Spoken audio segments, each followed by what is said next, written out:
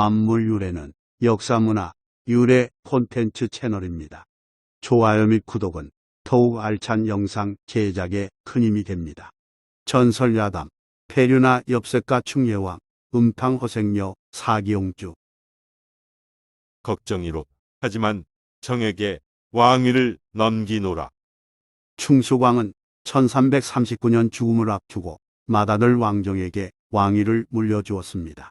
평소 날건달이나 다름없는 행실을 못마땅해 했지만 가장 사랑하는 왕비, 공원왕후, 홍씨 사이에서 낳은 자식임을 생각해서 그리 결정했습니다. 불행하게도 충수광의 걱정은 바로 현실로 나타났습니다. 고려 제28대 충예왕은 즉위하자마자 나라시를 제쳐두고 엿새 동안 사냥과 씨름으로 시간을 보냈습니다. 뿐만이 아니었습니다. 그는 신분이나 나이에 상관없이 여자들을 강간했습니다. 심지어 부왕의 후비인 수비 권씨와 경화공주까지 보면서 사람들을 놀라게 했습니다. 그 일은 이렇게 일어났습니다. 충예왕은 연애를 연 다음 술자리가 끝날 때쯤 술에 많이 취했다며 궁궐로 돌아가지 않았습니다. 그리고는 쉴 곳을 찾는 척하면서 경화공주 침실로 들어가 그대로 덮쳤습니다. 공주가 저항하자 부하들을 시켜 완력을 써서 비뚤어진 탐욕을 채웠습니다. 권력의 힘으로 폐륜을 저지른 것입니다. 이 사건은 후에 충예왕 폐위의 주요 원인으로 작용했지만 충예왕의 엽색 행각은 끊이지 않았습니다. 신하의 아내이든 거리에서 본 여자이든 가리지 않고 좀 예쁘다 싶으면 어떻게 해서든 보험했습니다. 흉흉한 소문은 온 나라에 퍼져서 사람들은 혹시라도 충예왕을 만날까 싶어 나들이를 삼갔습니다.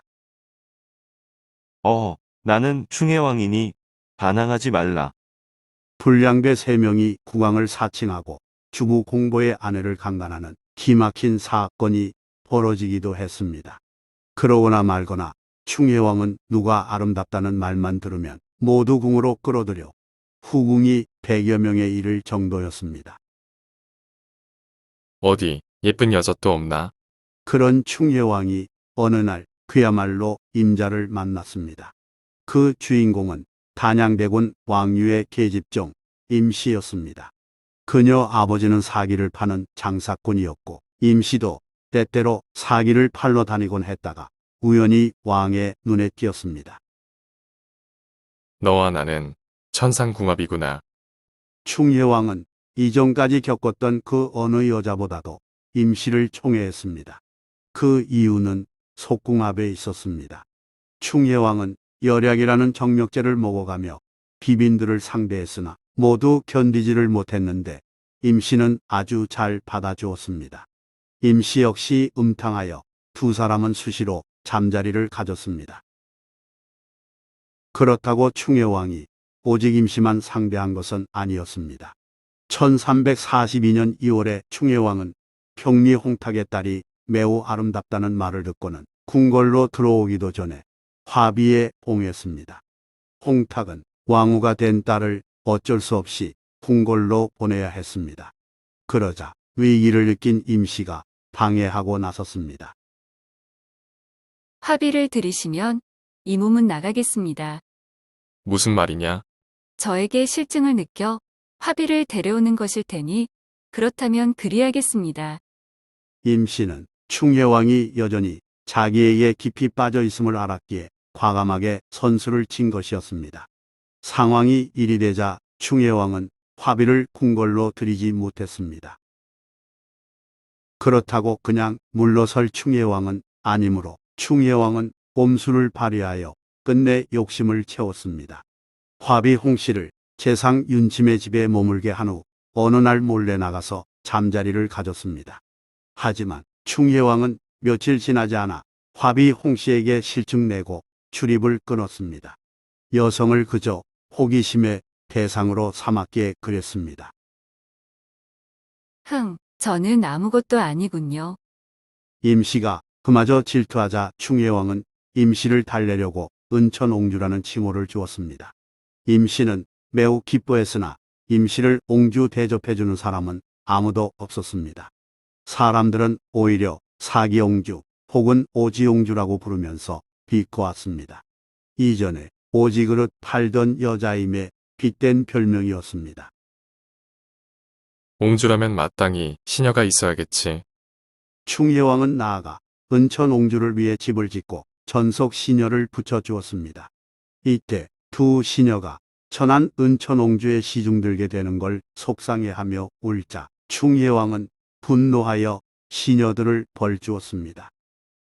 감히 싫은 티를 내다니. 여봐라, 저년들을 매우 쳐라.